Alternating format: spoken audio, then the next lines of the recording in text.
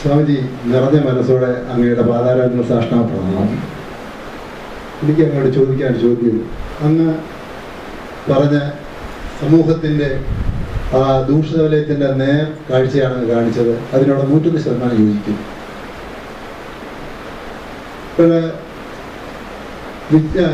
വിജ്ഞാനവും സാങ്കേതികതയും എല്ലാം വൻപിച്ചൊരു സ്ഫോടനത്തോടുകൂടി വന്നിരിക്കുന്ന കാലമാണ്. നമുക്ക് അതിൽ നിന്ന് മാറി നിൽക്കാനുള്ളത്.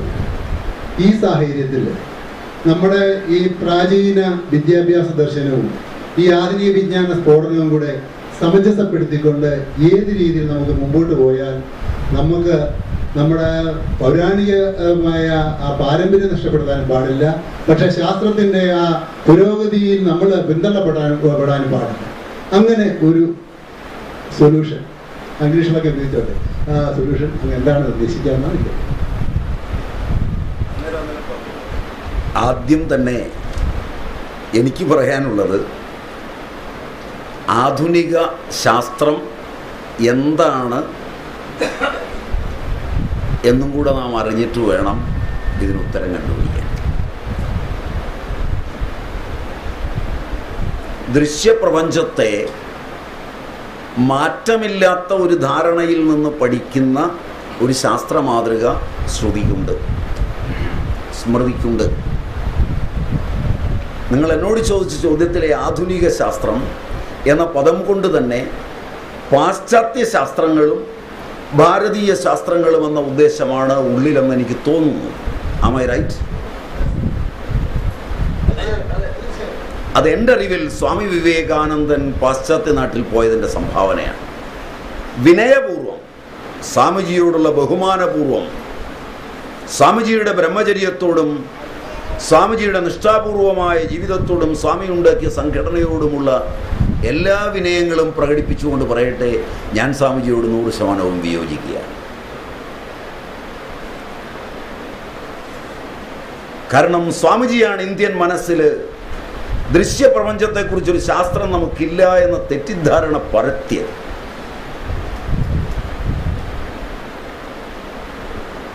ആധുനിക വൈദ്യശാസ്ത്രം എടുത്താൽ, ആധുനിക സാങ്കേതിക വിദ്യ എടുത്താൽ, ഊർജതന്ത്രവും രസതന്ത്രവും എടുത്താൽ, ഏതു മേഖലയിലാണ് ഭാരതത്തിന് തനതായ സംഭാവന ഇല്ലാതിരുന്നത് എന്ന് അന്വേഷിച്ച് കഴിഞ്ഞു വേണം ആ ഉത്തരം കണ്ടെത്താൻ.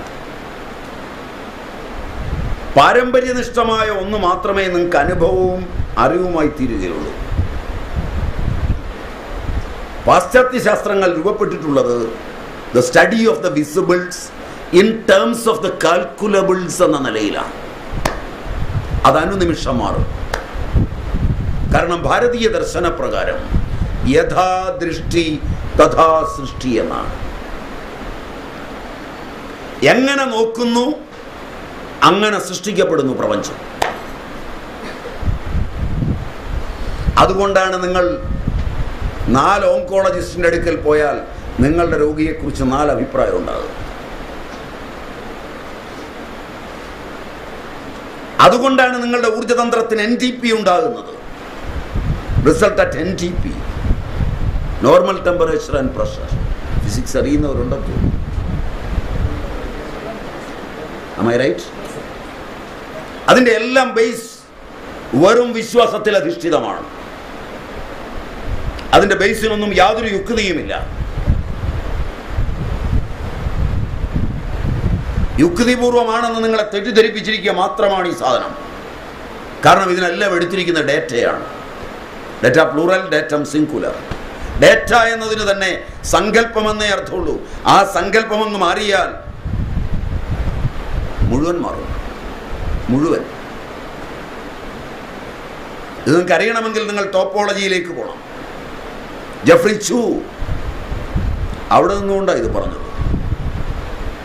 There is nothing fundamental in this universe. Mahayana ബുദ്ധമതത്തിൻ്റെ ചിന്തയെ ഉദ്ധരിച്ചുകൊണ്ട് ആ ആധുനിക ശാസ്ത്രത്തെയാണോ നിങ്ങൾ ഉദ്ദേശിക്കുന്നത്? ആണെങ്കിൽ നിങ്ങളൊരു വസ്തുവിനെ അപഗ്രഥിച്ച് ചെന്ന് ഡിഫറൻഷിയേറ്റ് ചെയ്ത് ചെന്ന് അതിൻ്റെ 12ാമത്തെ d/dx കണ്ടെത്തിക്കഴിഞ്ഞ് തിരിച്ച് പ്രിമിറ്റീവിലേക്ക് പോകാൻ നിങ്ങൾക്ക് ഒരിക്കലും ആവില്ല. കാരണം നിങ്ങൾ കണ്ടെത്തിയ എല്ലാ കോൺസ്റ്റൻസും വേരിയബിൾസായും എല്ലാ വേരിയബിൾസും അനിശ്ചിതമായും രൂപാന്തരപ്പെടും. ഇക്വേഷൻ ഡിറൈവ് ചെയ്ത് തരണമെങ്കിൽ തരാം, സമയം അനുവദിക്കുമെങ്കിൽ. മാത്തമാറ്റിക്സ് അറിയാമെങ്കിൽ നിങ്ങൾക്ക് അറിയും. Am I right?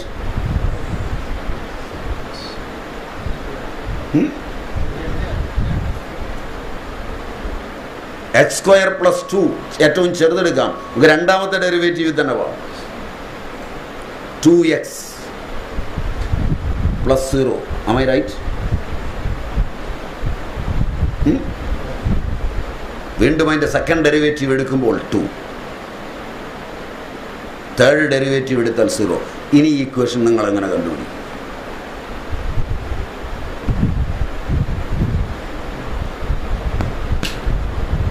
y3' = 0. Am I right? ഇനി പുറകോട്ടൊന്ന് നോക്കി.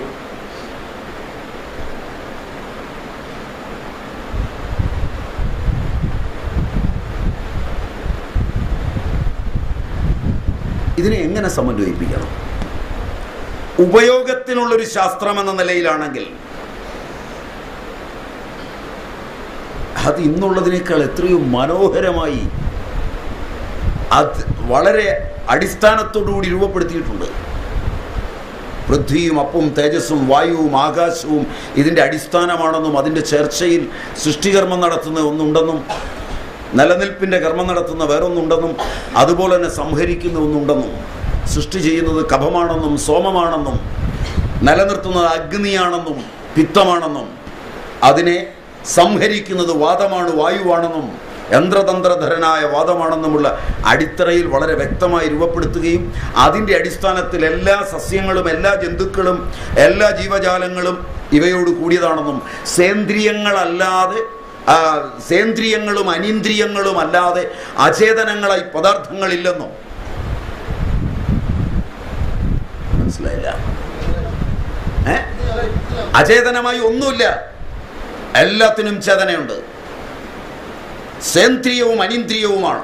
ചരകം സൂത്രസ്ഥാനം 45-ാം ശ്ലോകമാണെന്നാണ് എൻ്റെ ഓർമ്മ. ശ്ലോകസംഖ്യ തെറ്റും, അതിൽ തെറ്റിദ്ധരിക്കരുത്. കാരണം അത് അത്രയും ഞങ്ങൾക്ക് ഓർമ്മയുണ്ടെന്ന് കാണിക്കാനുള്ള ഒരു നമ്പരും കൂടെയാണ്. മനസ്സിലായില്ല?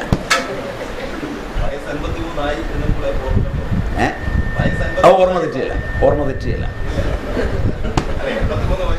കാരണം എൻ്റെ അച്ഛൻ്റെയും എൻ്റെ അപ്പൂപ്പൻ്റെയും എൻ്റെ ആചാര്യൻ്റെയും 100 വയസ്സ് കിടന്നിട്ടും ഓർമ്മ തെറ്റിയില്ല.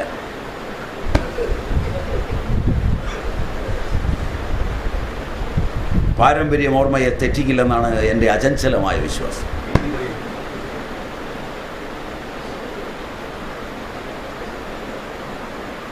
അതുകൊണ്ടാണ് ഞാൻ വെറും കൈയോടെ വന്നത്. അപ്പോൾ ശാസ്ത്രം കൃത്യമായി വാദം, പിത്തം, കഫം 3 ഭാഗങ്ങളിൽ രൂപപ്പെടുത്തുമ്പോൾ സകല ജീവജാലങ്ങളും അതിൽ പെടുമെങ്കിൽ അവയിൽ അപകടകാരികളും അപകടമില്ലാത്തവയും ഇതിൻ്റെ ഘടനയിൽ വരുമെങ്കിൽ പിശാചങ്ങൾ, രാക്ഷസങ്ങൾ, അത്രികൾ, അങ്കിരകൾ, എനിക്ക് തോന്നുന്നത് ആര്യസമാജം ഏറ്റവും ആദരവോടെ ബഹുമാനിക്കുന്ന വേദം അഥർവമാണെന്നാണ്. Am I right?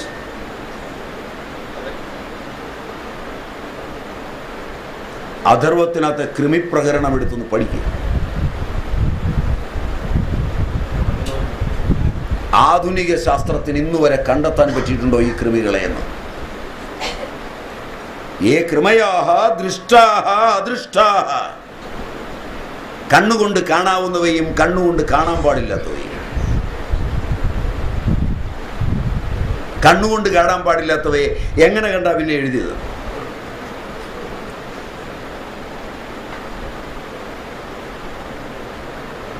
പിശമശ്യതീതി പിശാചഃ പച്ചമാംസത്തിൽ പുളച്ച് രോഗങ്ങൾ ഉണ്ടാക്കുന്ന കൃമികൾ. എങ്ങനെയാണ് ഇവയൊക്കെ പ്രചരിക്കുന്നത്? പ്രസംഗാത്, ഗാത്ര സംസ്പർശാത്, സഹഭോജനാത്. ഒന്നിച്ചിരുന്ന് കഴിക്കേ, ഒരേ പാത്രത്തിൽ നിന്ന് ഒന്നിച്ച് കിടന്നുറങ്ങ്, ഒന്നിച്ച് വസ്ത്രം ഉപയോഗിക്കുക, ഒന്നിച്ച് കുളിക്കുന്ന സോപ്പ് ഉപയോഗിക്കുക.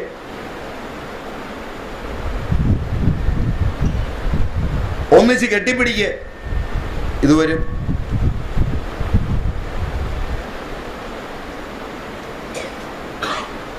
അതുകൊണ്ട് ഉണ്ടാക്കിയതാണ് ഈ കിണറ്റിലെ വെള്ളം ഇന്ന് കോരുന്ന ആൾ കോരിയാൽ, വീട്ടിലെ ഒരാൾ തന്നെ കോരിയാൽ മതി, മറ്റൊരാൾ കോരണ്ട, കോരി കൊടുത്താൽ മതി. മനസ്സിലായില്ല? വൈദികമായ ശാസ്ത്രത്തിൻ്റെ, ഭൗതിക ശാസ്ത്രത്തിൻ്റെ വെളിച്ചത്തിലാണ്. അവിടെ ചിക്കുൻ ഗുനിയയും ഡെങ്കിയും പക്ഷിപ്പനിയും എലിപ്പനിയൊന്നും ഒന്നും വന്നില്ല. അതൊക്കെ ഇന്നുണ്ട്.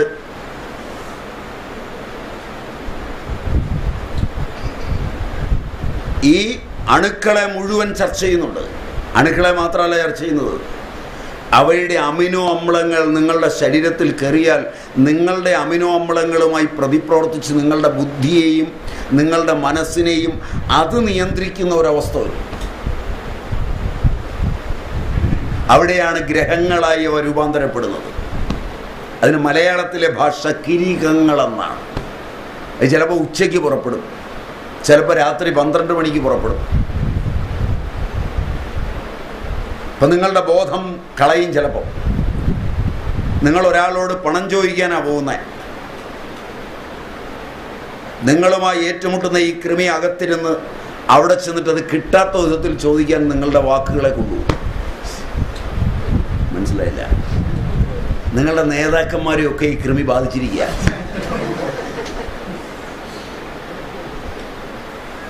പറഞ്ഞ മനസ്സിലായില്ല? കൂട്ടത്തിൽ നിന്നുകൊണ്ട് ഗുരു പറക്കുന്ന പരിപാടികളെല്ലാം ഈ അമിനോ അമ്ലങ്ങൾ മാറ്റിമറിക്കുന്ന വൈറസുകളുടെ ആക്രമണത്തിലാണ്. ഭൂതബാധ. ഇത്രയൊക്കെ അവർ എഴുതി വെച്ചിട്ടുണ്ട് ഭംഗിയായി. ചുമ്മാ എഴുതി വെച്ചിരിക്കുന്നത് കാര്യകാരണ സഹിതമാണ്. അത് ഓരോന്നിൻ്റെയും പേരും അതിൻ്റെ ഓരോന്നിൻ്റെയും വിൽപ്പത്തി അറിയണമെങ്കിൽ യാസ്കന പഠിച്ചാൽ മതി, നിരുക്തം പഠിച്ചാൽ മതി. ഒന്നും ഇന്ന് എഴുതിയതല്ല, അന്നുള്ള പുസ്തകങ്ങളാണ്.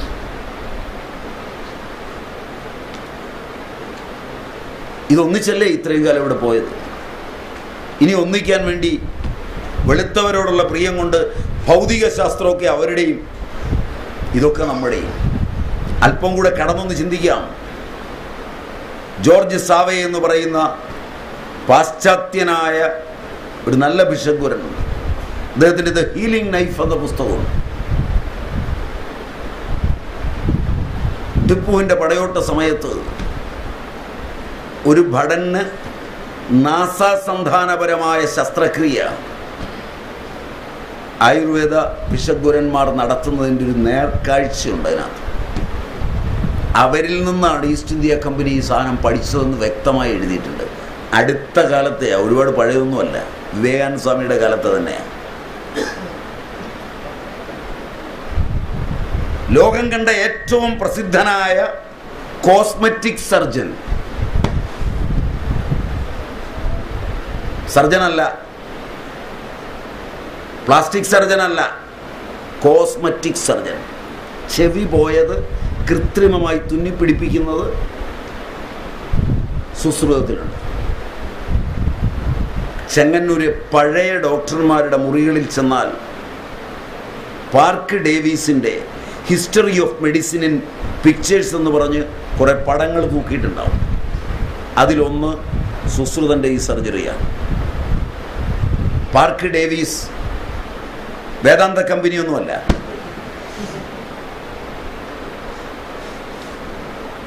ശാസ്ത്രം ഇവിടെ ഉണ്ടായിരുന്നില്ലേ? പക്ഷെ ഇവിടുത്തെ ശാസ്ത്രത്തിന് വ്യക്തമായ അടിത്തറയുണ്ടായിരുന്നു. ആഴ്ചയിൽ മാറ്റണ്ട. മഞ്ഞപ്പിത്തത്തിന് അന്ന് ചരകനും സുശ്രുതനും വാഗ്ഭടനും കൊടുത്ത മരുന്ന് ഇന്ന് പറിച്ചു കൊടുത്താലും അപകടമില്ല. 5 കൊല്ലം മുമ്പ് ജെഫ്രി മാനേഴ്സ് ഫൈസർ ഉണ്ടാക്കി നിങ്ങളുടെ ബിഷഗ്വരന്മാർ എഴുതി നിങ്ങളുടെ അപ്പൂപ്പന് കൊടുത്ത മരുന്ന്, അച്ഛന് കൊടുത്ത മരുന്ന് ഇന്ന് നിങ്ങളുടെ പിള്ളേർക്ക് കൊടുത്ത തട്ടിപ്പോവും. ഇത് സമന്വയിപ്പിക്കണം എന്നാണോ നിങ്ങൾ പറയുന്നത്?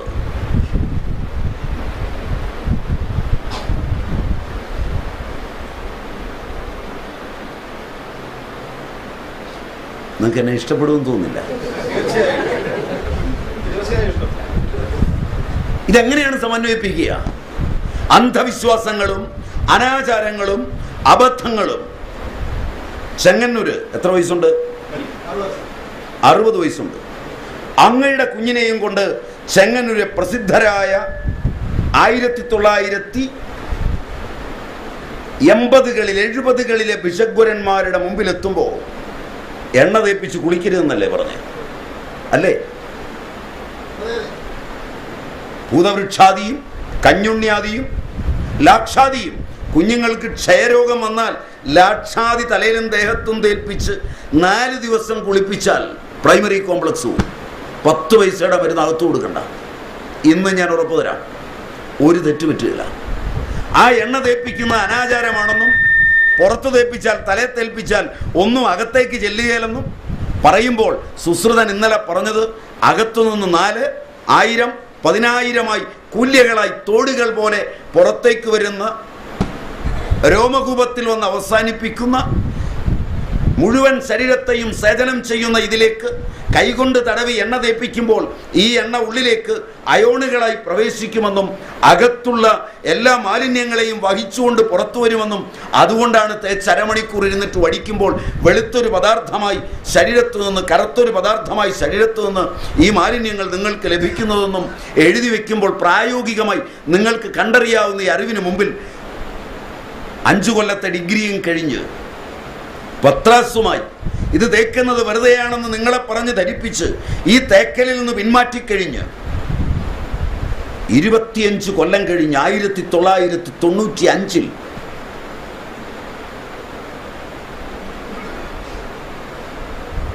എന്താ കമ്പനിയുടെ പേര്? ബേബി ഓയിൽ ഇറക്കുന്ന ജോൺസൺസ് ബേബി ഓയിൽ. 5 പൈസയുടെ മര എണ്ണകളോ സസ്യ എണ്ണകളോ ഇല്ലാത്ത പെട്രോളിയം ഉൽപ്പന്നം, ലിക്വിഡ് പാരഫിൻ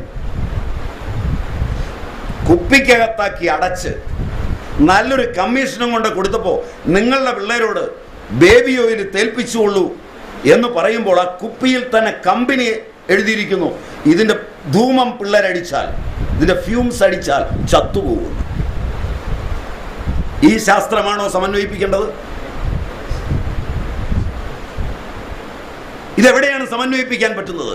ഭാരതീയ ചിന്തയുടെ അന്തസ്ഥ തലങ്ങളിലേക്ക് കടന്നു ചെല്ലുവാൻ ആർജവമുള്ള ഒരു പാശ്ചാത്യ ശാസ്ത്രവും ആധുനികന്റെ കയ്യിലില്ല. ഏത് സയന്റിസ്റ്റ് വന്ന എത്ര മണിക്കൂർ ഏതെല്ലാം തരത്തിൽ ആധുനിക ശാസ്ത്രത്തെയും പൗരാണിക ശാസ്ത്രത്തെയും ഒരുമിക്കാൻ നോക്കിയാലും അതിനകത്തൂടെ സംഭവിക്കുന്നത് പ്രമാണമായി ആധുനിക ശാസ്ത്രത്തെ കൊണ്ടുവരികയും പ്രമേയമായി വേദവിദ്യകളെ കൊണ്ടുവരികയും ചെയ്ത് വേദത്തെ നശിപ്പിക്കാൻ തന്നെയാണ്. അവരെയാണ് കാത്തിരിക്കേണ്ടതെന്ന് തന്നെയാണ് എൻ്റെ അഭിപ്രായം. വേദം പ്രമാണവും ഈ പ്രപഞ്ചം പ്രമേയവുമാണ്. പ്രമാണങ്ങളുടെ അന്തസാരം അറിയണമെന്നുണ്ടെങ്കിൽ സാമ്പ്രദായികമായി പഠിക്കണം. അല്ലാതെ ഒരു ദിവസം രാവിലെ തൊഴിലുപേക്ഷിച്ചിട്ട് 1000 പുസ്തകം വാങ്ങി പഠിച്ച് ആധുനിക ശാസ്ത്രത്തിന്റെ വെളിച്ചത്തിൽ സംസാരിക്കാൻ തുടങ്ങുമ്പോൾ ആംഗലേയ പ്രതിബദ്ധതയുള്ള നിങ്ങൾക്ക് 4 ഇംഗ്ലീഷ് വാക്ക് കേട്ട് ഭ്രമം തോന്നിപ്പോയാൽ അത് ഭ്രമം മാത്രമാണ്, ബ്രഹ്മമല്ല.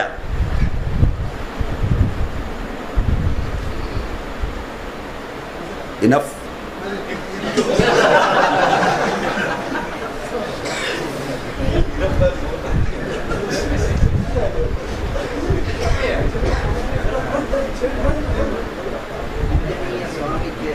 സാഷ്ടാംഗ പ്രമാണമാക്കുകയാണ്. ഒപ്പം ഞാൻ ഈ കഴിഞ്ഞ 74 ദിവസമായിട്ട് പറയാനിരുന്ന ശ്രീ വേദപ്രകാശ് ഇവിടെ ചെങ്ങന്നൂരെ സംബന്ധിച്ചിടത്തോളം ചോദ്യമില്ല. ഇല്ല. അല്ല, ഒരല്പം അദ്ദേഹം പറഞ്ഞോളൂ. അല്ലല്ല, അതല്ല ഞാൻ പറയുന്നത്. എനിക്ക് ഒരു കാര്യം മാത്രമേ പറയാനുള്ളൂ. ചോദ്യമായിട്ടൊന്നും പറയാനില്ല. ചോദ്യമായിട്ട് ചോദിക്കാനില്ല, പറയാനുള്ളതൊന്നും മാത്രമേ ഉള്ളൂ. നാളെ ഇന്നിവിടെ തീരുകയാണ് എന്നാണ് അദ്ദേഹം പറഞ്ഞത്. നാളെ ഉണ്ടെന്നെങ്കിൽ ഔദ്യോഗികമായിട്ട് ഇന്ന് തീരുന്നുള്ള സൂചനയാണ് തന്നത്.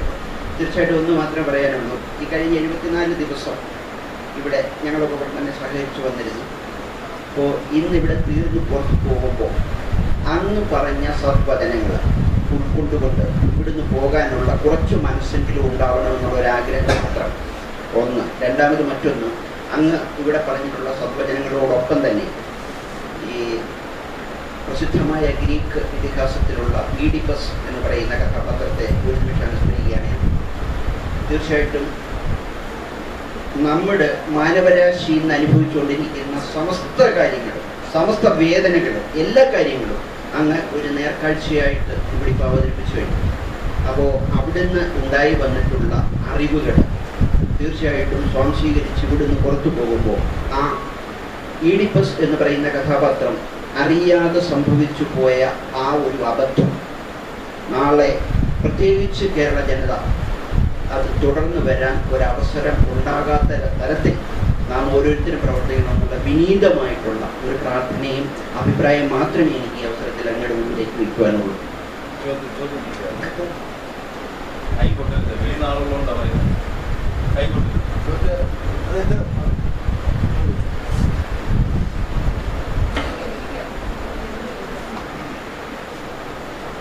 ജീവികളിലെ കരുണയോട് വർദ്ധിക്കുന്ന മുക്തനല്ലാത്ത പക്ഷെ ബദ്ധനായേക്കാവുന്ന ഈശ്വരനെ കുറിച്ച് സ്വാമി പറഞ്ഞായിരുന്നു. അത് മാത്രമല്ല ഈ ദേവതാ സങ്കല്പങ്ങളെ കുറിച്ചാണ്. അപ്പോൾ ഈ ദേവദാസൻ ഈ ഈശ്വരനും ഈ ദേവതാ സങ്കല്പവും തമ്മിലുള്ള ബന്ധം എന്താണ്? അതായത് ഹാഗിനി ദേവതകളുണ്ടല്ലോ. അപ്പം ആ ദേവതകളും ഈ ഈശ്വരനും എന്താണ്? അതിൻ്റെ കൂട്ടത്തിൽ ഈ ഓരോ ജീവികളിലുമുള്ള ദേവതകളുണ്ട്. അത് ഈ പറഞ്ഞ ഹാഗിനി രാഗിനി എന്നുള്ള ദേവതകൾക്ക് കീഴ്പ്പെട്ടാണ് കഴിക്കുന്നത്, മുകളിലാണ്. ഇവര് ഞാൻ ആദ്യം തന്നെ പറഞ്ഞ ബദ്ധനായ ഈശ്വരനുമായുള്ള ജീവജാലങ്ങളുടെ സംവേദനത്തിൻ്റെ ഭാഷയും വ്യാകരണവും അറിയുന്നത് ഈ ദേവതകൾക്കാണ്. ആദ്യമായൊരുവൻ അവൻ്റെ ദേവതകളോടാണ് സംവദിക്കുന്നത്, പുറത്തുള്ള ഒരാളോടല്ല. അവനൊരു കർമ്മം ചെയ്യുമ്പോൾ അവൻ്റെ ദേവതകൾക്കാണ് ആ കർമ്മം. ഒരു കുഞ്ഞിന് അമ്മ മുലപ്പാൽ കൊടുക്കുമ്പോൾ കുഞ്ഞിനല്ല അമ്മ മുലപ്പാൽ കൊടുക്കുന്നത്. കാരണം മുലപ്പാൽ കുഞ്ഞിലല്ല ഇരിക്കുന്നത്, അമ്മയിലാണ്. ഈ മുലപ്പാൽ ചൊരന്നില്ലെങ്കിൽ ആ ദേവത ശപിക്കും. അവളുടെ മുലയുടെ പ്രയോജനമില്ലാതാവും. അത് സ്തനാർബുദമായോ സ്തനകീലകമായോ തീരും.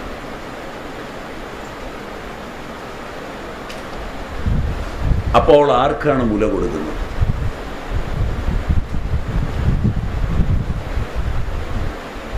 എൻ്റെ കയ്യിൽ വെറുതെ ഇരിക്കുന്ന ഒരു സാധനം സമീപകാലത്തൊന്നും എൻ്റെ ജാഗ്രതത്തിലോ സ്വപ്നത്തിലോ അതിൻ്റെ ഉപഭോഗമില്ല. എൻ്റെയാണെന്ന മമത മാത്രമേ ഉള്ളൂ. കൃത്യമായി അതിന് ഉപഭോഗമുള്ള ഒരുവനെ കണ്ടിട്ട് അത് കൊടുക്കാതെ എൻ്റെ കയ്യിൽ അതിരിക്കുമ്പോൾ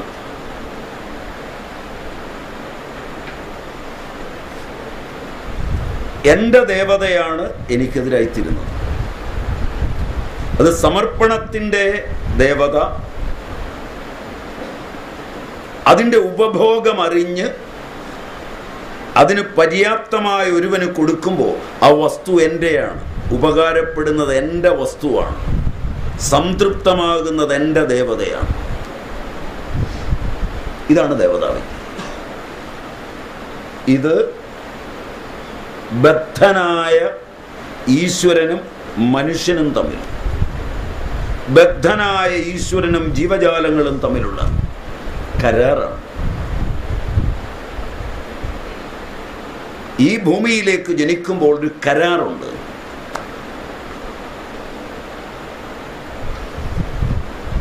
എൻ്റെ ജീവനെ ഞാൻ മനോഹരമായി ചെയ്ത് നിന്നിലേക്ക് വരാം.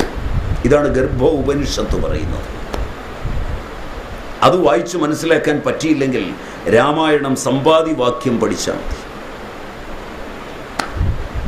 ഇന്ന് പോയി, ഇത് രാമായണ മാസമാണ്, അറിയാതെയാണെങ്കിലും ഒന്ന് സ്മരിക്കാനിടയെ. അവിടെ ചെന്ന് അധ്യാത്മ രാമായണം മൂലമോ എഴുത്തച്ഛൻ്റെതോ എടുത്ത് അതിൽ സമ്പാദിവാക്യം എന്ന് പറഞ്ഞൊരു ഭാഗമുണ്ട്. ഉദരത്തിൽ കിടക്കുന്ന കുഞ്ഞിൻ്റെ ക്രമമായ വികാസം ആധുനിക ശാസ്ത്രം സമ്മതിക്കുമോ എന്നുകൂടെ നോക്കിക്കൊള്ളുക, ഒട്ടും സംശയിക്കാതെ. എന്നിട്ട് ആ വികാസമുണ്ടായി പുറത്തേക്ക് വരാൻ വെമ്പുന്നതിന് മുമ്പ് നാരായണനോട് പ്രാർത്ഥിക്കുന്നൊരു പ്രാർത്ഥനയും കരാറുമുണ്ട്. ഭൂമിയിലേക്ക് എത്തിയാൽ ഈ കരാർ മറക്കുന്നു നമ്മൾ. മനസ്സിലായില്ല? ഈ കരാറ് മറന്നു പോകാതിരിക്കാനുള്ള പ്രജ്ഞ ഉണ്ടെങ്കിൽ നിങ്ങൾക്ക് പ്രജ്ഞാപരാധമില്ല. ധീ ധൃതി സ്മൃതി വിഭ്രംശാഹ കർമ്മയത് കുരുതേ അശുഭം പ്രജ്ഞാപരാധം തം വിദ്യ സർവദോഷ പ്രകോപണം.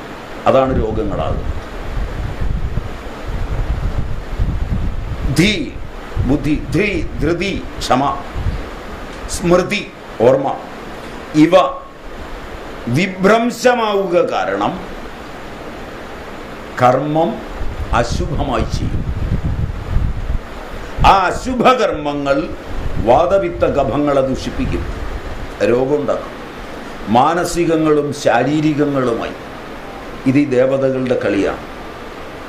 അതുകൊണ്ട് ഈ ദേവതകളാണ് സംതൃപ്തമാകുന്നത് ശുഭകർമ്മങ്ങൾ ചെയ്താൽ. അത് കൈക്കൊണ്ട്, വിരലിനുണ്ട്, എല്ലാം ഉണ്ട്. ദേവത എന്ന പദം നിങ്ങൾക്ക് ഇഷ്ടപ്പെട്ടില്ലെങ്കിൽ ഞാനതിനൊരു ഇംഗ്ലീഷ് പദം നിങ്ങൾക്ക് തൽക്കാലം പറഞ്ഞു തന്നേക്കാം, ഇൻ്റലിജൻസ്. നിങ്ങൾ ഡ്രൈവിങ് പഠിച്ചു കഴിഞ്ഞാൽ പിന്നെ നിങ്ങളുടെ ബ്രെയിൻ, മെയിൻ ഇൻ്റലിജൻസ് അതിന് വേണ്ട. നിങ്ങൾ നീന്തൽ പഠിച്ചാൽ പിന്നെ അതിന് നിങ്ങളുടെ മെയിൻ ഇൻ്റലിജൻസ് വേണ്ട. നിങ്ങളൊരു ടൈപ്പ് റൈറ്ററിൽ പഠിക്കുകയാണെങ്കിൽ, പഴയ കാലത്ത് ഈ ടൈപ്പ് റൈറ്റിംഗ് ഇൻസ്റ്റിറ്റ്യൂട്ടുണ്ട്, അതിനകത്ത് നിങ്ങളുടെ ദേവതകളെ തെറ്റിദ്ധരിപ്പിച്ചാണ് ഒരു ലോവറോ ഹയറോ ഹൈ സ്പീഡോ പഠിക്കാൻ 5 കൊല്ലം എടുക്കുന്നത്. മനസ്സിലായില്ല? നിങ്ങൾ അടിക്കുന്ന ASDF ഇങ്ങനെയാണ്. am I right? നിങ്ങൾ അടിക്കുന്ന ഈ വിരലുകൊണ്ട് അടിക്കുന്ന 3 അക്ഷരം, ഒന്നാമത്തത് അടിച്ച് രണ്ടാമത്തെ 2 പ്രാവശ്യം അടിച്ച് പിന്നത്തത് 1 പ്രാവശ്യം അടിക്കുന്ന രീതിയിൽ അടിച്ചാൽ അന്ന് ഈ ടൈപ്പ് റൈറ്റർ നന്നാക്കാൻ വരുന്നവനുണ്ട്. അവൻ പാവപ്പെട്ട പിള്ളേരെ കണ്ടു കഴിഞ്ഞാൽ ആ പിള്ളേരോട് പറഞ്ഞു കൊടുക്കും. പാവപ്പെട്ടാണെന്ന് അവന് തോന്നിയാൽ, വിനയമുണ്ടെന്ന് അവന് തോന്നിയാൽ, ഈ സാറ് പറഞ്ഞിടത്തോളൊന്നും അടിക്കണ്ട, നിനക്ക് അടുത്ത ആഴ്ചയിൽ പോയി ഹൈ സ്പീഡ് എഴുതാം, ജയിക്കും. പക്ഷെ ലോവർ എഴുതാതെ പറ്റുകയില്ലാത്തതുകൊണ്ട് ലോവർ എഴുതിക്കോ, ഒരാഴ്ച കഴിഞ്ഞ് എഴുതിക്കോ. അതിനിതാണ് പണി. ഈ വിരലുകൊണ്ട് അടിക്കാവുന്ന 3 എണ്ണം അടുപ്പിച്ചങ്ങ് അടിക്കുക, ഇതുകൊണ്ട് അടിക്കുക, പറഞ്ഞുകൊണ്ട് അടിക്കണം. നീ പറയുമ്പോൾ നിൻ്റെ ഇൻ്റലിജൻസ്, വിരലിനൊരു ഇൻ്റലിജൻസ് ഉണ്ട്, ആ വിരലിൻ്റെ ഇൻ്റലിജൻസ് അതിന് പാകമായാൽ പിന്നെ നീ എങ്ങനെ അടിച്ചാലും അതേ വരൂ. മനസ്സിലായില്ല? പിടിയിട്ടില്ല? ഇത് ബുദ്ധിമാന്മാർക്ക് വളരെ കുറച്ച് സമയം മതി. അല്ലാത്തവന് 500-600 കൊല്ലം ജന്മങ്ങൾ പാഴാക്കി പഠിക്കാൻ പോകും. ഇതിന് വേണ്ടത് ദേവതാ വിജ്ഞാനം. ആ ദേവതകൾ വശമാണെങ്കിൽ ഒരു പുസ്തകം അവൻ മുഴുവൻ വായിക്കണ്ട, അതിൽ അവൻ്റെ ദേവത ഇറങ്ങിച്ചെല്ലും. അത് ആശയം കൊണ്ടിങ്ങി പോയി. ആശയം പോന്നാൽ പിന്നെ അവൻ്റെ സ്വന്തം ആശയത്തിൽ ഈ സാധനം ഭംഗിയായി പുറത്തേക്ക് വരും. മനസ്സിലായില്ല? ഇപ്പോൾ ക്ലിയറായി?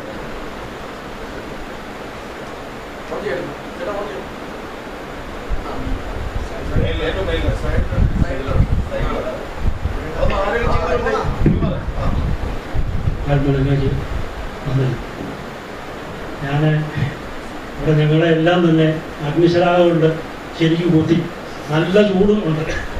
ഏതായാലും അത് സന്തോഷപ്രദമായിട്ടുള്ള ശരാഗയായിട്ടാണ് ഞങ്ങൾക്ക് അനുഭവപ്പെട്ടത്. അതിനെനിക്ക് നന്ദി.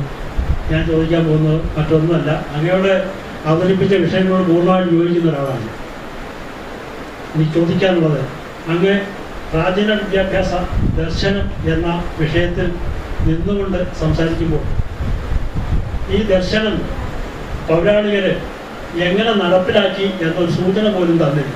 അതെങ്ങനെയാണ്, അതിന് അപജയമുണ്ടായി, അത്തരം കാര്യം കൂടി അല്പമെങ്കിലും പറഞ്ഞെങ്കിൽ മാത്രമേ അങ്ങയുടെ വിഷയം പൂർണ്ണമാകുകയുള്ളൂ. അത് അങ്ങ് പറയണമെന്ന് അഭ്യർത്ഥിക്കുക. തീർച്ചയായും ഞാൻ അതിൻ്റെ ഇടയിൽ നിങ്ങൾക്ക് മനസ്സിലാകുന്ന ഒരു ബോധധാരയിൽ സൂചിപ്പിച്ചിരുന്നു. കാരണം ഇത് ബ്രഹ്മചര്യം, ഗാർഹസ്ഥ്യം, വാനപ്രസ്ഥം, സന്യാസം എന്ന 4 ആശ്രമധർമ്മങ്ങളോടും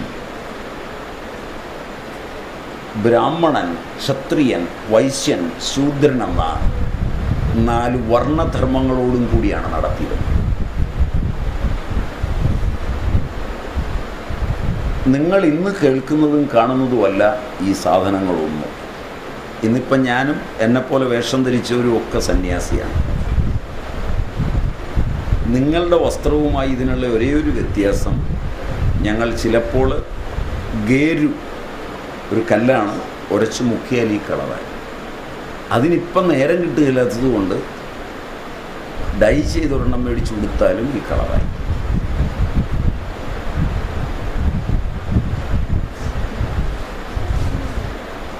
നിങ്ങൾ വിവാഹം കഴിച്ച് 2-3 പിള്ളേരുണ്ടായി, നിങ്ങൾ ഗൃഹസ്ഥരാണെന്നാണ് വരിക. ഞങ്ങൾ ഗൃഹസ്ഥന്മാരല്ല. ഞാൻ ആദ്യം എന്നെ പറഞ്ഞിട്ടാകുമ്പോൾ നിങ്ങൾക്ക് പിന്നെ അനങ്ങണം. നിങ്ങളിൽ ഒരാളും ഗൃഹസ്ഥനല്ല. ഗൃഹസ്ഥധർമ്മം എന്താണെന്ന് പോലും അറിയില്ല. ഉറപ്പാണ്. പഠിക്കാൻ കുട്ടികൾ പോകുന്നത് ബ്രഹ്മചര്യ കാലത്തിരുന്ന് പഠിച്ചാലേ തലയിൽ ഉറയ്ക്കൂ. നിങ്ങൾക്കറിയാം, ഈ ടി വികളും ബഹളങ്ങളും ഒക്കെ പോകുന്ന ഈ കാലഘട്ടത്തിൽ ഒന്നാമത് നിങ്ങളുടെയൊക്കെ വീടുകളിൽ ഒരു 40 വയസ്സിൽ താഴെയുള്ള വീട്ടമ്മയും അച്ഛനുമുള്ള കുടുംബങ്ങളിലെല്ലാം 4 പേർക്ക് കിടക്കാവുന്ന ഒരു കട്ടിലില്ല പിള്ളേരും തന്തയും തള്ളയും കൂടെ കിടക്കുന്നു. പിള്ളേർ നേരത്തെ തന്നെ ഉറക്കം നടിച്ച് പുതച്ച് കിടക്കും. ലൈറ്റിട്ട് തന്തയും തള്ളയും വേണ്ടാത്തതൊക്കെ ചെയ്യും. പിള്ളേർക്ക് വേണ്ടാത്തതെന്നാണ് ഉദ്ദേശിക്കുന്നത്. അവരത് നന്നായി ആസ്വദിക്കും. പിന്നെ അവർക്ക് പഠിക്കാനോ ഏകാഗ്രതയിലോ ഒന്നും പോകാൻ പറ്റില്ല. 1% പോലും പറ്റില്ല. എന്നെ കേൾക്കുന്ന 60 വയസ്സിൽ കൂടുതലുള്ളവർ 16-17 വയസ്സിലെത്തുമ്പോഴാണ് അറിഞ്ഞത് ആണും പെണ്ണും ചേർന്ന് ആ കുട്ടി ഉണ്ടാകുന്നത്. അതും കൂട്ടുകുടുംബത്തിനകത്ത്. 5-8 ദമ്പതികളുള്ള ഒരു കുടുംബത്തിനകത്ത് ഒരിക്കൽ പോലും ഒന്ന് കെട്ടിപ്പിടിക്കുന്നതോ പ്രേമിക്കുന്നതോ ബഹളം വെക്കുന്നതോ കണ്ടില്ല. പിള്ളേരുണ്ടെന്ന് അവർ ഇടയ്ക്കിടയ്ക്ക് പറയുന്നത് കേട്ടിട്ടുണ്ടാവും. ഞാൻ അങ്ങനെ കേട്ടിട്ടുണ്ട്. അത്രയേ ഉള്ളൂ. എൻ്റെ പ്രായത്തിൽ പിള്ളേർ നിൽക്കുന്നു. എന്താ ഈ പിള്ളേർ നിൽക്കുന്നു എന്ന് പറഞ്ഞത് വല്ലതും തിന്നാനായിരിക്കും എന്നേ അന്ന് ധരിച്ചുള്ളൂ. പിന്നെ മുതിർന്നവൻ മനസ്സിലായി ഇത് പിള്ളേർ നിൽക്കുമ്പോൾ ചെയ്യേണ്ട പണിയൊന്നും അല്ല എന്ന് തള്ള പറഞ്ഞു കൊടുക്കുകയാണെന്ന് മനസ്സിലായ. ഇന്നത്തെ പെൺകുട്ടികൾ പറയുക പിള്ളേർ നിൽക്കുന്നതിനകത്ത് അവരും കുറെ കഴിയുമ്പോൾ ചെയ്യേണ്ടതല്ലേ എന്ന് പറയുന്നിടത്താണ് ഇന്ന് നിങ്ങളുടെ സാമൂഹ്യ രചന. ഇത് ഗാർഹസ്ഥ്യമല്ല, ഇത് മൃഗതൃഷ്ണയാണ്. നിങ്ങൾക്ക് ഇഷ്ടപ്പെട്ടാലും ഇല്ലെങ്കിൽ. അപ്പോൾ ബ്രഹ്മചര്യം കുട്ടികൾക്കില്ല. ഒരാളും മൂത്ത് നരച്ച് കുഴിയിലേക്ക് ഇറങ്ങാറായാൽ പോലും അധികാരമൊന്ന് ആരെയെങ്കിലും ചെറുപ്പക്കാരെ ഏൽപ്പിച്ച് പോകാൻ ഒരു കിളവനും ഇഷ്ടപ്പെടുന്നില്ല. സ്റ്റീറോയിഡ് അടിച്ചിട്ടാണ് ക്യാൻസറും മറ്റും വന്ന് മരണത്തിൻ്റെ കുഴിയിലിരിക്കുന്ന മന്ത്രിമാർ ബഡ്ജറ്റും മറ്റും വായിക്കുന്നത്. ഒരു രാജ്യത്തിൻ്റെ അപചയത്തിൻ്റെ മാനബിന്ദുവായി. Am I right? ഒരു രാജ്യത്തിൻ്റെ അപചയം എത്രത്തോളമായെന്ന്. കർണമൂലത്തിൽ നര വരുമ്പോൾ രഘുവംശ രാജാക്കന്മാർ കുട്ടികളെ ഭരമേൽപ്പിച്ച് വനത്തിലേക്ക് പോകുമായി. ശൈശവേ അഭ്യസ്ത വിദ്യാനാം യൗവനേ വിഷയൈഷിണാം വാർദ്ധകേ മുനിവൃത്തീനാം യോഗേനാന്തേ തനുത്യജാം. മനസ്സിലായില്ലെങ്കിൽ ബാല്യത്തിലെ വിദ്യകൾ അഭ്യസിച്ചും താരുണ്യമായാൽ വിഷയെ സുഖിച്ചും വാർദ്ധക്യകാലം മുനിയായി കഴിച്ചും ദേഹത്തെ യോഗാൽ ഒടുവിൽ ത്യജിക്കും. സുന്ദരമായൊരു കാഴ്ചയായിരുന്നു അത്. അതാണ് ഇതിൻ്റെ പരിഹാരം. ആ വിദ്യാഭ്യാസ ദർശനം ഉൾക്കൊള്ളണമെങ്കിൽ ഓരോ പ്രായമുണ്ട്, ഓരോ പക്വതയുണ്ട്. പഠിക്കണം, പഠിച്ചത് പഠിപ്പിച്ചു കൊടുക്കണം, അത് പ്രയോഗത്തിൽ ജീവിച്ച് കാണിച്ചു കൊടുക്കണം. അതിൻ്റെ ഉത്തരദായിത്വം സന്യാസിക്കുണ്ട്, ഗൃഹസ്ഥനുണ്ട്, ബ്രഹ്മചാരിക്കുണ്ട്, വാനപ്രസ്ഥനുണ്ട്, ബ്രാഹ്മണനുണ്ട്, ക്ഷത്രിയനുണ്ട്, വൈശ്യനുണ്ട്, ശൂദ്രനുണ്ട്. കാരണം കർമ്മം ഈ 4 പേരെ കൊണ്ടാണ്.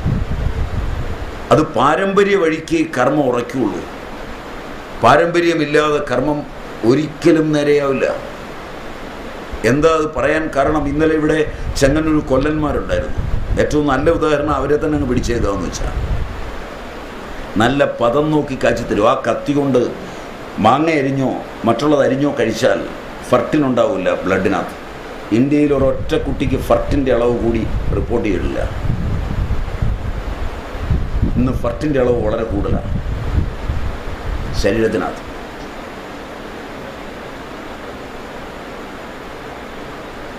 ഇന്നലെ സ്വർണ്ണാഭരണങ്ങൾ ഒരച്ചു കുഞ്ഞുങ്ങൾക്ക് കൊടുക്കാം, ബുദ്ധി ഉണ്ടാവും. ഇന്ന് സ്വർണ്ണാഭരണം കഴുത്തേലിടാൻ പറ്റില്ല. റൂബീഡിയം, തോറിയം, ഇറിഡിയം ചേർന്ന ഈ സ്വർണമെല്ലാം നിങ്ങളുടെ കണ്ഠത്തിൽ മുഴയുണ്ടാക്കും, കിഡ്നിയെ ബാധിക്കും, ബ്രെയിനെ ബാധിക്കും, ക്യാൻസർ ഉണ്ടാവും. എന്താ കാരണം? നമ്പൂരിയും നായരും ഈഴവനും ക്രിസ്ത്യാനിയും മുസ്ലിമും എല്ലാ പണിയും ചെയ്യാൻ ഇറങ്ങിയിരിക്കുക. അച്ഛനും അമ്മയും ജനിതകത്തിൽ രൂപാന്തരപ്പെട്ടു വരുന്ന മുഹൂർത്തത്തിലെ ചിന്ത താനുണ്ടാക്കിയ സ്വർണത്തെക്കാൾ ഉത്തമമായത് ജനത്തിന് കൊടുക്കണമെന്ന് വിചാരിക്കുന്ന ഒരു സ്വർണ്ണപ്പണിക്കാരനിൽ നിന്ന് നാളെ ഉണ്ടായാൽ, വില കുറഞ്ഞു പോയാൽ അല്ലെങ്കിൽ പൈസ കുറഞ്ഞു പോയാൽ അല്പം അവൻ കീശ വെച്ച് സ്വർണം കൊണ്ടുപോകുമെന്നല്ലാതെ മായം ചേർക്കൂല. മനസ്സിലായില്ല? ഇതൊക്കെ തെറ്റാണെന്നാണ് നിങ്ങൾ പഠിച്ചത്. അവിടെയാണ് ഇതിൻ്റെ പ്രശ്നം കിടക്കുന്നത്. അത് പരിഹരിക്കാനുള്ള ഒരേ ഒരു വഴി പാരമ്പര്യ സ്രോതസ്സുകളെ ശുദ്ധമാക്കുക, ഗോത്ര സൂത്ര നാമാദികളോടുകൂടി. അതിന് തയ്യാറാകുമെങ്കിൽ തിരിച്ചുപോക്ക് എളുപ്പമാണ്. നിങ്ങൾ തയ്യാറായില്ലെങ്കിലും തിരിച്ചു പോകും, അപകടകരമായി വേദനിച്ചിട്ട്. അതിന് അപജയം വന്നത് ശാസ്ത്രം കൊണ്ടല്ല. അതിന് അപജയം വന്നത് അത് കൈകാര്യം ചെയ്തവരെ കൊണ്ടാണ്. അത് ഏതെങ്കിലും ഒരു പ്രത്യേക സമൂഹമോ ഏതെങ്കിലും വ്യക്തിയോ ഒന്നും അതിന് ഉത്തരവാദിയല്ല. അതിന് പ്രധാന ഉത്തരവാദിത്വം പാശ്ചാത്യ ഭരണം. അതൊരു നല്ല ഉത്തരവാദിത്വം. അതിനു മുമ്പ് പോയി എന്നത് ജാതി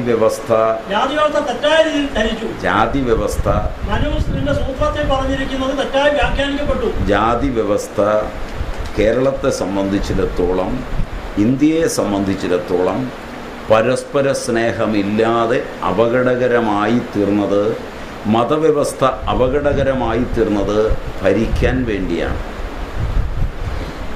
ഭരണം മാത്രമാണ് മനുഷ്യൻ്റെ ഏതെങ്കിലും തരത്തിലുള്ള നന്മയ്ക്കായുള്ള സംഘടിത ശ്രമങ്ങളെ പരസ്പര ശത്രുതയ്ക്കായി ഉപയോഗിക്കുന്നത് അറിവില്ലാത്തവൻ ഭരിക്കാൻ കയറുമ്പോൾ മാത്രമാണ്.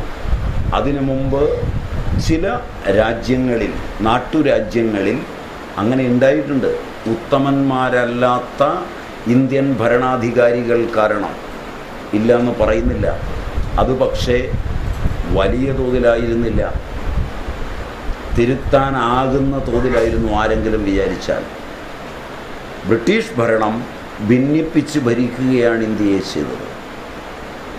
ഒരിക്കലും തിരുത്താനാകാത്ത വിധമായത് അതിലാണ്. അതിൻ്റെ അടിത്തറയിൽ നിന്നുകൊണ്ടാണ് ബ്രിട്ടീഷ് വിദ്യാഭ്യാസമുള്ള ഇന്ത്യയുടെ ആദ്യ ഭരണാധികാരികൾ, സ്വതന്ത്ര ഇന്ത്യയുടെ ആദ്യ ഭരണാധികാരികൾ ബ്രിട്ടീഷ് ഇന്ത്യയുടെ തുടർച്ചയായി കോമൺവെൽത്തിനെ അംഗീകരിച്ചുകൊണ്ട് അതേ രീതിയിൽ മതങ്ങളെയും ജാതികളെയും ഭിന്നിപ്പിച്ച് ഭരിക്കാൻ മാത്രമാണ് ഇപ്പോൾ ഞാൻ പറയുന്നവരെ ശ്രമിച്ചിട്ടുള്ളത്. അതിൻ്റെ ശബ്ദവും കോലാഹലവുമാണ് നിങ്ങൾ നിത്യേന ടി വിയിൽ കേൾക്കുന്നത്, നിത്യവും നിങ്ങൾ കാണുന്നത്. Am I right? എല്ലാവരും എല്ലാം ചെയ്യാൻ തുടങ്ങിയതാണ് അപജയത്തിൻ്റെ ഒരു കാരണം. അപ്പോൾ കൊല്ലപ്പണിക്കാരൻ്റെ കൊല്ലനായി മാത്രം ഇരുന്നാൽ മതി എന്ന ഒരു അവന് ഒരു ബ്രാഹ്മണന് കിട്ടുന്ന ആനുകൂല്യങ്ങൾ കിട്ടുമെങ്കിൽ ആനുകൂല്യത്തിൽ യാതൊരു വ്യതിയാനവും വരുന്നില്ലെങ്കിൽ കൊല്ലനായിരുന്നാൽ എന്താണ് തെറ്റ്? അതാണ് നിങ്ങൾ എതിര് പറയുന്നത് ആനുകൂല്യങ്ങളുടെ പേരിലാണ്. നമുക്ക് സൗമ്യമായി പറയാം. അത് നമ്മൾ അല്ല ശബ്ദകോലാഹലം ആയിക്കൊണ്ട് അതിന് കുഴപ്പമൊന്നുമില്ല. ശബ്ദം അവരുടെ വികാരം കൊണ്ട്. അത് വികാരം എവിടെയാണെന്ന് വെച്ചാൽ, ഞാൻ ഏതെങ്കിലും ഒരു ജാതി എന്ന നിലയിൽ ഐഡൻറ്റിഫൈ ചെയ്തിട്ട് ചോദ്യം ചോദിക്കുമ്പോൾ വികാരം ഉണ്ടാവും. ആ വികാരം അംഗീകരിക്കേണ്ടതാണ്, മാനിക്കേണ്ടതാണ്.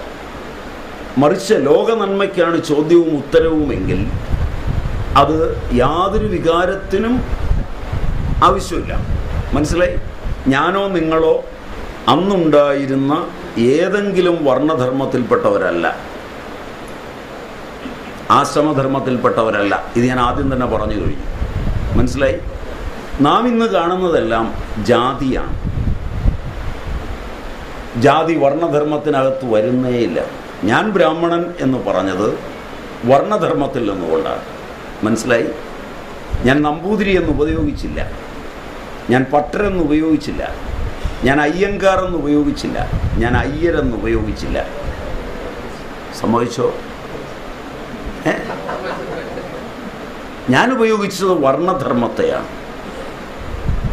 വർണ്ണധർമ്മം അതിൻ്റെ ശരിയായ രീതിയിൽ പോവുകയാണെങ്കിൽ ആനുകൂല്യങ്ങളെന്ന് പറയുന്നതോ ശമ്പളമെന്ന് പറയുന്നതോ ഒന്നും അതിനകത്ത് പ്രധാനമേ അല്ല. കാരണം അഭിരുചിയാണ് ആ തൊഴിൽ. ജന്മഗുണവും അവൻ്റെ അഭിരുചിയും ചേർന്നു വരുമ്പോൾ, അവൻ തിരഞ്ഞെടുക്കുന്ന കർമ്മവും ചേർന്നു വരുമ്പോൾ അവൻ ആ തൊഴിൽ ചെയ്യുകയും ക്രമമായി ആ തൊഴിലിലൂടെ അവൻ്റെ മനസ്സ് വികസിക്കുകയും അവൻ അതിനേക്കാൾ ഉയർന്നതുണ്ടെങ്കിൽ അതിലേക്ക് വളരുകയും ചെയ്യും. അവിടെ ഒരാൾക്കും അവസരം നഷ്ടപ്പെടില്ല. ജന്മങ്ങൾ കൊണ്ടോ കർമ്മങ്ങൾ കൊണ്ടോ ഒരാൾക്കും അവസരം നഷ്ടപ്പെടില്ല. മകളാണ് ഒരു സ്ത്രീ, അവളാണ് നാളെ ഭാര്യയാകുന്നത്. ഭാര്യയായ സ്ത്രീയാണ് അമ്മയാകുന്നത്. അമ്മയാണ് അമ്മുമ്മയാകുന്നത്. മകൾക്ക് ആനുകൂല്യം വേണമെന്ന് നിങ്ങൾ വാദിക്കുക, അമ്മയ്ക്ക് ആനുകൂല്യം വേണമെന്ന് വാദിക്കുക, ഭാര്യയ്ക്ക് ആനുകൂല്യം വേണമെന്ന് വാദിക്കുക, അമ്മുമ്മയ്ക്ക് ആനുകൂല്യം വേണമെന്ന് വാദിക്കുക. ഇതിലേതെങ്കിലും ഒന്നിനെ സ്ത്രീയായി തെറ്റിദ്ധരിക്കുക, അത് ബാക്കിയുള്ളവരുടെ ആനുകൂല്യം നഷ്ടപ്പെടുത്തുന്നതാണ്. Am I right? Am I right? ഇന്ന് നിങ്ങളുടെ ഗവൺമെൻറ് ഭാര്യയുടെ ആനുകൂല്യത്തിലാണ് പ്രാധാന്യം കൊടുത്ത് കാണുന്നത്. നാളെ അവൾ അമ്മയാവുമ്പോൾ ഈ ആനുകൂല്യം കിട്ടാതെ വരുമ്പോൾ കരഞ്ഞെടുത്തിട്ട് കാര്യമില്ല. എല്ലാ കാലത്തും അവൾക്ക് ലഭിക്കേണ്ട ആനുകൂല്യം മുഴുവൻ അവൾ ഭാര്യയായപ്പോൾ മേടിച്ച് തിന്ന് തീർത്തു. ഞാനിങ്ങനെയല്ല പറഞ്ഞു, ഞാനിത് ക്രമവികാസമാണെന്നാണ് പറഞ്ഞത്. മനുഷ്യൻ്റെ ക്രമവികാസമാണിത്. ഇതെല്ലാവർക്കും തുല്യമായി കിട്ടും. അതിനെ ഭരണാധികാരികൾ അവസ്ഥയ്ക്കൊത്ത് ഉപയോഗിച്ചു. അതിൻ്റെ കാരണം, ഞാനൊരു ഉദാഹരണം പറഞ്ഞാൽ നിങ്ങൾ എന്നോട് ദേഷ്യപ്പെടുകയില്ലെങ്കിൽ, ഇന്ത്യൻ സ്വാതന്ത്ര്യ കാലത്ത് അംബേദ്കറും ഗാന്ധിയും നെഹ്റുവും കൂടിയിരുന്നു, മറ്റു പലരും. ജൂതന്മാർ ഇന്ത്യയിലേക്കാണ് വന്നു കയറിയത്, ഭീഷണമായ വേദനയുമായി. യാതൊരു പ്രത്യേകതയും ഉണ്ടായിട്ടില്ല. മറ്റ് രാജ്യങ്ങളിൽ നിന്ന് ഇന്ത്യയിലേക്ക് കുടിയേറിയ ബാക്കിയുള്ളിടത്ത് ഭീഷണി ലഭിച്ച മുഴുവൻ പേരെയും ജനാധിപത്യ ഇന്ത്യയും ജനാധിപത്യ ഭരണകൂടവും അല്ല സംരക്ഷിച്ചത്, ഇന്ത്യൻ രാജാക്കന്മാരാണ്. കൊച്ചി രാജാവാണ്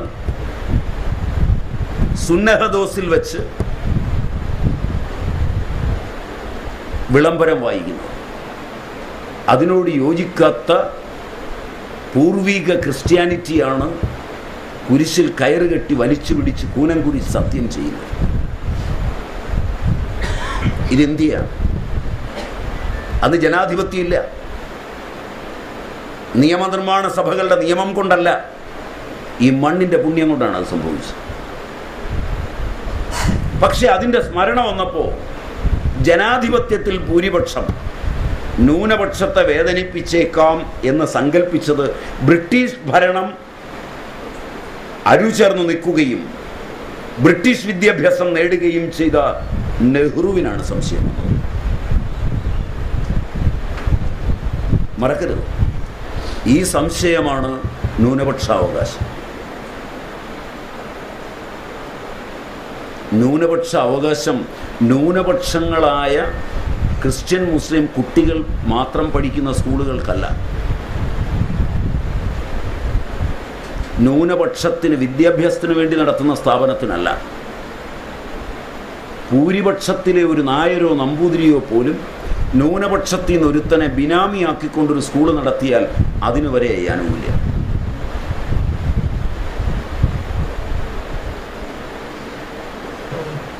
മാത്രമല്ല, തമിഴ്നാട്ടിൽ JP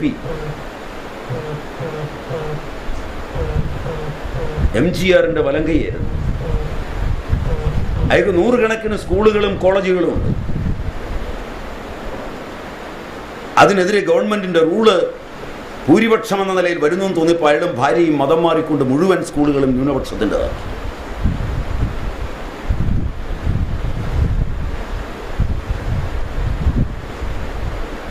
ഭരണാധികാരികളാണിത് താലോലിക്കുന്നത്. എപ്പോഴെങ്കിലും ഭൂരിപക്ഷത്തിൽ നിന്നൊരു പീഡനം വന്നിട്ടാണ് ഈ പ്രത്യേക അവകാശം എടുത്തുപയോഗിക്കുന്നതെങ്കിൽ ആ നിയമം ധാർമ്മികമാണ്, സാധുതയുള്ളതാണ്. ആ നിയമം കൊണ്ട് ഭൂരിപക്ഷം പീഡിപ്പിക്കപ്പെടുന്നുവെങ്കിൽ ആ നിയമം സാധുതയുള്ളതല്ല. ഇതുപോലെ ഭരണാധികാരികൾ വിവരദോഷികളാകുമ്പോൾ പല നിയമങ്ങളും അവർ ജനതയെ ഭിന്നിപ്പിക്കുവാൻ ഉപയോഗിക്കും. അതിനെ എതിർക്കാനുള്ള ശേഷിയും ശേമുഷിയും ബൗദ്ധിക ഭാരതത്തിനുണ്ടാവണം. അതില്ലാതെ വരുമ്പോഴാണ് ഈ പ്രശ്നം ഉണ്ടാകുന്നത്. ബ്രിട്ടീഷ് ഇന്ത്യയുടെ കാലത്തെ സമുദായ ആചാര്യന്മാർക്ക്, മത ആചാര്യന്മാർക്ക്, ആധ്യാത്മിക ആചാര്യന്മാർക്ക്, സ്വാതന്ത്ര്യ സമരം നടത്തിയ നേതൃമന്യന്മാർക്ക്, പിന്നീട് അധികാരത്തിലേക്ക് നാളെ വരണം എന്ന് ആഗ്രഹിച്ചവർക്ക് വ്യക്തമായ ധാരണയില്ലാതെ പോയതുകൊണ്ട് എണ്ണമറ്റ ജാതികളുണ്ടായി. നിങ്ങൾ ഇന്ന് കാണുന്ന തിരുവിതാംകൂറിലെ ഉണ്ണിത്താനും പണിക്കരും കർത്താവുമൊന്നും ജാതി പോലുമല്ല. ഖജനാവിൽ കാശില്ലാതെ വന്നപ്പം കളം വരച്ച് കാശ് കൊടുത്തവന് കൊടുത്ത സ്ഥാനപ്പേരാ. നിങ്ങളിൽ എത്ര പേർക്ക് അറിയൂ ഇത്?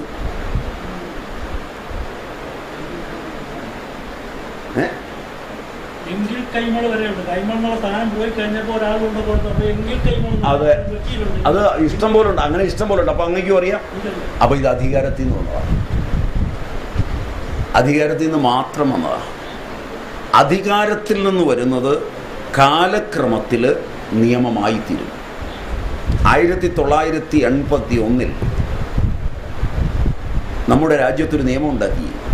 നിങ്ങളാരും നാടൻ കാളയെ വളർത്തിക്കൂടാ, നാടൻ കിടാവിനെ വളർത്തരുത്, മൂരിക്കിടാവിനെ. കാരണം ഇവിടുത്തെ പശുക്കളൊന്നും ഇവിടുത്തെ മൂരിയിൽ നിന്ന് അണചേർന്ന് കുഞ്ഞുണ്ടാകരുത്. ഇറക്കുമതി ചെയ്ത ബീജത്തിൽ നിന്നേ ആകാവും. ലൈഫ് സ്റ്റോക്കിലുണ്ടാക്കിയ നിയമമാണ്. വടക്കൻ കേരളത്തിലെ ചിലർ ശക്തമായി മൂരിയെ വളർത്തി. ഉദ്യോഗസ്ഥന്മാർ കുത്തിവെക്കാൻ ചെന്നു, പിടിച്ച് തെങ്ങയിലേക്ക് കിട്ടി. നിന്റെ ഭാര്യയും ഇനി ഈ നാട്ടിലെ സന്താനത്തെ പിറക്കണ്ട, ഞങ്ങളെ കണ്ടിച്ചു കളയാ.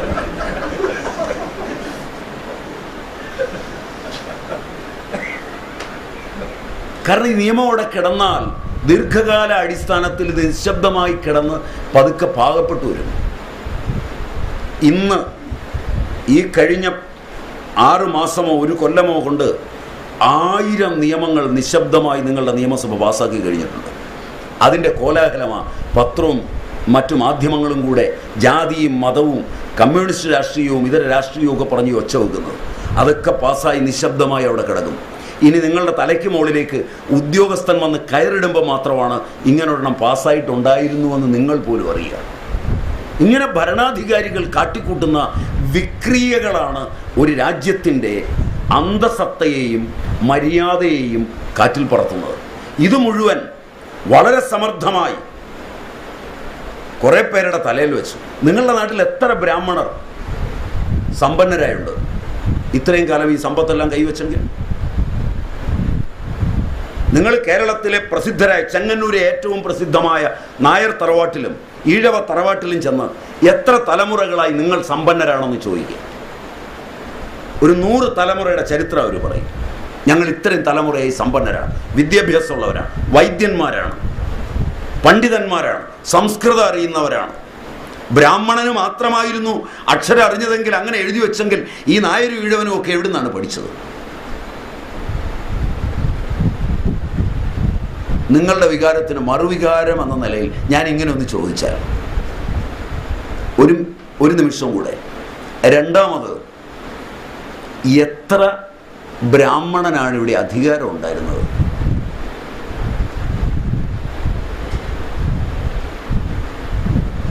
ഇന്നും കേരളത്തിലുടനീളം നടന്നാൽ കഞ്ഞി കുടിക്കാൻ വകയുള്ള ബ്രാഹ്മണർ കുറവാണ്. അവർ വെള്ളമടിച്ച് മുടിച്ചതല്ല. നായരുടെയും ഈഴവരുടെയും കുടുംബങ്ങളൊക്കെ തകർന്നു പോയതിന് വെള്ളാടി കാരണമായി പറയാവുന്ന ഒരുപാട് ഉദാഹരണങ്ങളും ഉണ്ട്.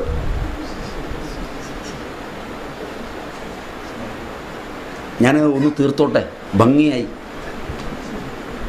ഈ ബ്രാഹ്മണരുടെ തലയിലേക്ക് ഈ കാര്യം മുഴുവൻ വെക്കുമ്പോൾ കേരളത്തിൽ എത്ര ബ്രാഹ്മണരുണ്ട്? ഈ നായരും ഈഴവനും ഹരിജനും ഗിരിജനും ഒക്കെ കൂടെ ഒന്ന് ഊതിയാൽ പറക്കാനുള്ള ബ്രാഹ്മണനല്ലേ ഉള്ളൂ. ഇനി അതും വിട്. നിങ്ങളൊക്കെ നിങ്ങളുടെ പാരമ്പര്യം കൊണ്ട് മുട്ടിക്കുമ്പോൾ ഈ ബ്രാഹ്മണൻ എന്തിനാ മുട്ടിക്കുന്നത്? കേരളത്തിലെ ഈഴവനും നായർക്കും പുലയനും പറയനും ക്രിസ്ത്യാനിക്കും മുസ്ലിമിനും അവസാനം ഒരു അച്ഛൻ നമ്പൂരിയായി വേണം താനും. അപ്പൊ നിങ്ങളിലെ ഒരു ജാരത്വമല്ലേ ഇന്ത്യയിലെ ജാതീയതയുടെ അടിസ്ഥാനം?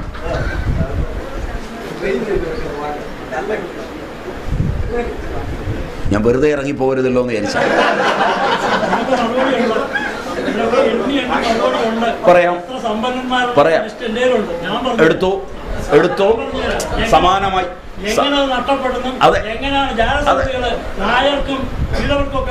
അതൊക്കെ ആ കുടുംബങ്ങളുടെ മുഴുവൻ ചരിത്രവും എടുക്കുക. ആ പുസ്തകങ്ങളുടെ ആധാരം, കാരണം ആധികാരികത ഉണ്ടാവണം പറയുന്ന കാര്യങ്ങൾ. ഉണ്ട്. പോമുള്ളി മന ഏക്കർ കണക്കിന് സ്വത്ത് മാത്രമല്ല. പോമുള്ളി മന അല്ലല്ല പറയാം. തർക്കത്തിന് യാതൊരു കുഴപ്പമില്ല. പോമുള്ളി മന കഴിഞ്ഞ 25 കൊല്ലം മുമ്പ് വരെ സമ്പന്നരായിരുന്നു. മുമ്പ് വരെയല്ല. പുൾമുള്ളി മനയുടെ സമ്പത്ത് ബ്രാഹ്മണ്യം കൊണ്ട് നേടിയതല്ല. പോമുള്ളി മനയ്ക്ക് ആ സ്ഥാനവുമില്ല. പോമുള്ളി മനയ്ക്കോ അതുപോലെ തന്നെ TS തിരുമുമ്പിൻ്റെ താഴക്കാട്ടു മനയ്ക്കോ ഒക്കെ മരുമക്കത്തായമാവുള്ളത്. അത് തന്നെയുമല്ല, പൂമുള്ളി മനയിൽ ബഷീറിനകത്ത് പ്രവേശനമുണ്ടല്ലോ. അപ്പോൾ ചുമ്മാതല്ല സ്വത്ത് അവിടെ നിൽക്കുന്നത്. ബഷീറിൻ്റെ പ്രസിദ്ധമായ പുസ്തകം അവിടുന്നാണ്. ഒരു ഭഗവത്ഗീതയും കുറേ മുലകളും. ഒരു ഭഗവത്ഗീതയും കുറേ മുലകളും എന്ന പുസ്തകം അതിനകത്തു നിന്നാണ്. മാത്രമല്ല, പൂമുള്ളി മനയുടെ സംഭാവനയാണ് പ്രസിദ്ധമായ മംഗളോദയം പ്രസ്, AKTKM ഗുപ്തൻ നമ്പൂതിരിപ്പാട്. ഈ ചോദ്യമൊക്കെ വരുമെന്ന് എനിക്കും പ്രതീക്ഷയുണ്ട്. ജാതി വ്യവസ്ഥയിൽ അന്ന് പറഞ്ഞൊരു കാര്യമുണ്ട്. അതായത് ഞാനൊരു ഉദാഹരണം പറഞ്ഞു.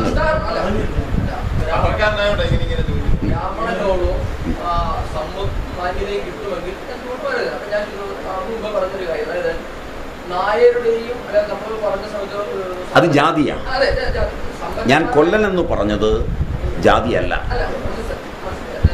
ബ്രാഹ്മണന്റെ കാര്യം നായർക്കും ഈഴവരും ധാരാളം സമ്പത്തുള്ളവരുടെ. പക്ഷെ എന്തുകൊണ്ട് ഈ ജാതി വ്യവസ്ഥ നിലനിൽക്കുന്ന ഈ ഒരു സമൂഹത്തിൽ പണ്ട് മാന്യമായ സ്ഥാനം ഉണ്ടായിരുന്നെങ്കിൽ ഒരു ജന്മിയായ അധികൃതൻ ഈ സമൂഹത്തിൽ ഉണ്ടായി പറഞ്ഞു?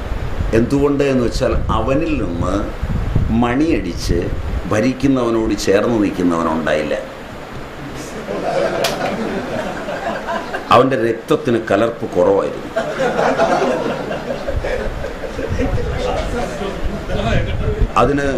അതിന് ശക്തമായ ഒരു ഉത്തരം കൂടെ പറഞ്ഞാൽ, കേരളം 12 ഈഴവർക്ക് ജോലി കിട്ടിയിട്ടേ നിങ്ങളൊരു നായർക്ക് ജോലി കിട്ടുള്ളൂ, ഗവൺമെൻറ് ജോലി.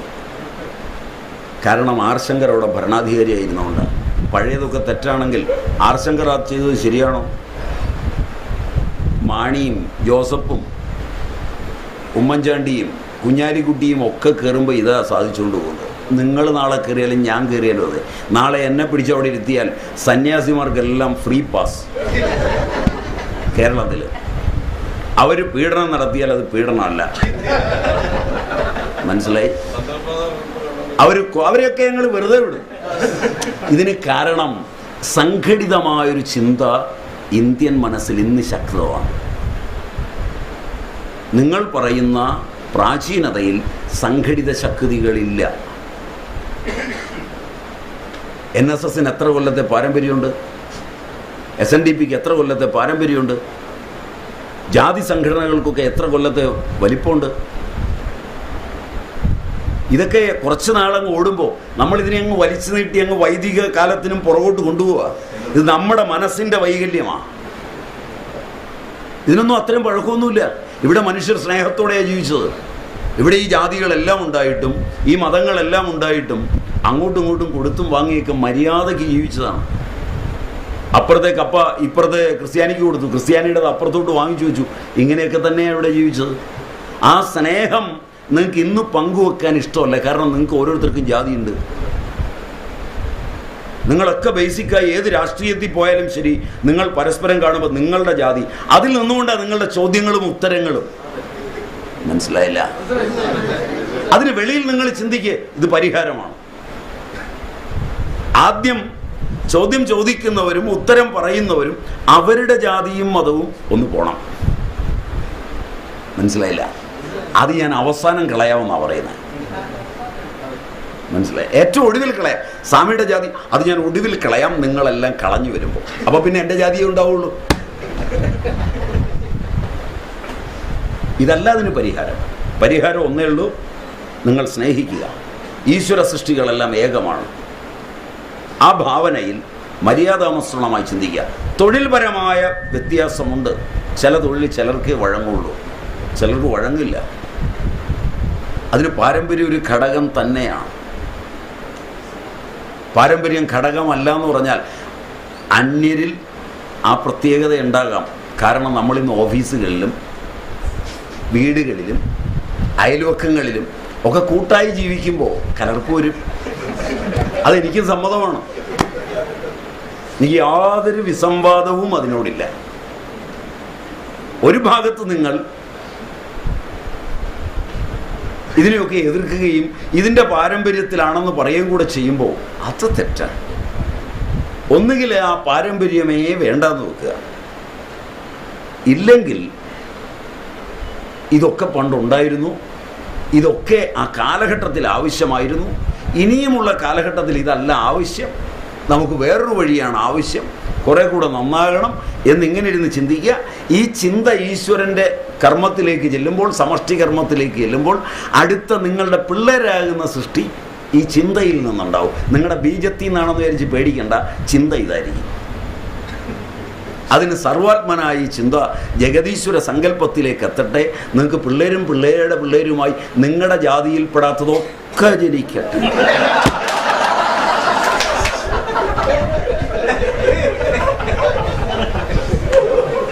അനുഗ്രഹം മതിയാവും. നമുക്ക് അവസാനിക്കാം. ചെറിയൊരു ചോദ്യം, ചട്ടമ്പി സ്വാമികൾ എന്തുകൊണ്ട് വേദാധികാരം? എൻ്റെ അറിവിൽ ചട്ടമ്പി സ്വാമികളെ സംബന്ധിച്ചിടത്തോളം സ്വാമികൾ വന്ന കാലഘട്ടത്തിൽ വേദത്തിന് അധികാരം നമ്പൂതിരിമാർക്കും അയ്യർമാർക്കും ഒക്കെ മാത്രമായിരുന്നു. കുറച്ചുകൂടെ നന്നായി പറഞ്ഞാൽ കേരള ബ്രാഹ്മണർക്ക് മാത്രമായിരുന്നു. അതിന് ചട്ടമ്പി സ്വാമികൾ ചെയ്തത് വേദം എല്ലാവർക്കും അധികാരമുള്ളതാണെന്ന് പൂർവപക്ഷവും ഉത്തരപക്ഷവും സിദ്ധാന്തപക്ഷവും ഉന്നയിച്ച് ഭംഗിയായി എഴുതുകയാണ് ചെയ്തത്. ഞാനൊരു തിരിച്ചൊരു ചോദ്യത്തോടുകൂടി അത് തീർക്കുമ്പോൾ എനിക്കും സ്വല്പം പറയാനുണ്ട്. വേദാധികാര നിരൂപണം ചട്ടമ്പി സ്വാമികൾ എഴുതിയിട്ട് എത്ര നായന്മാർ സംഘടിതമായി വേദം പഠിച്ചു?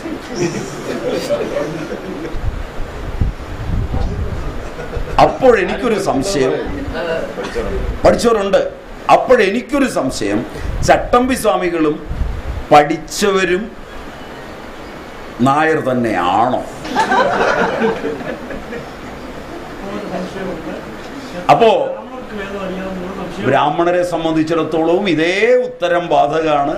എത്ര ബ്രാഹ്മണന്റെ സന്താനം ബ്രാഹ്മണനാണ്, അത് അവിടെയും ബാധകമാണ്. അതിനൊന്നും ഒരു സംശയമില്ല. കാരണം ഞാൻ ബ്രാഹ്മണനായിട്ടോ നായരായിട്ടോ അല്ല പറയുന്നത്.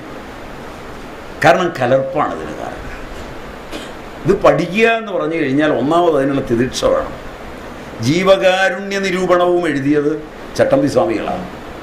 വേദാധികാര നിരൂപണത്തിൻ്റെ വലത്തു പാർശ്വത്തിലേക്ക് ജീവകാരുണ്യ നിരൂപണം എഴുതിയാൽ പണ്ടൊരു സ്വാമി കൂട്ടത്തിലുള്ള ഒരുത്തനെ മാംസം തീറ്റിച്ച് കേമനായിട്ടുണ്ട് പോലും. അത് വിവേകാനന്ദ സ്വാമിക്കിട്ട് തന്നെ കുത്തുന്നത്, പേര് പറയാതെ ശക്തമായിട്ട് കുത്തുക ജീവകാരുണ്യ നിരൂപണത്തിനകത്ത്. മാത്രമല്ല രാമകൃഷ്ണ മിഷൻ്റെ അകത്ത് നോൺ വെജിറ്റേറിയൻ കിച്ചൺ ഉണ്ട്. ശക്തമായി തന്നെയാണ് കുത്തുന്നത്, ചുമ്മാ ഒന്നുമല്ല. പക്ഷേ സ്വാമി ബഹുമാന്യനായതുകൊണ്ട് അദ്ദേഹത്തിൻ്റെ പേര് പറഞ്ഞില്ല, അത്രമാത്രം വിശ്വസിച്ചാൽ മതി. അതിലപ്പുറം ജീവകാരുണ്യ നിരൂപണം അനുസരിച്ച് ജീവഹിംസ ഇല്ലാതെ എത്ര പേർക്ക് ജീവിക്കാനാവും? അത് കഴിഞ്ഞു മതിയല്ലോ ഈ വേദം. മാഹിംസ്യത് സർവഭൂതാനി എന്ന് പറയുന്ന വേദം പഠിക്കാൻ. അപ്പോൾ അതൊക്കെ നമ്മൾ വളരെ ദീർഘമായി ചർച്ച ചെയ്യേണ്ടതാണ്. തുടങ്ങി വെച്ചതിൽ എനിക്ക് സന്തോഷം. നിങ്ങളിത് വീണ്ടും വീണ്ടും ചോദിക്കണം, ചർച്ച ചെയ്യണം, പഠിക്കണം, വളരണം. നമുക്കിവിടെ ഉപസംഹരിക്കാമെന്ന് തോന്നുന്നു.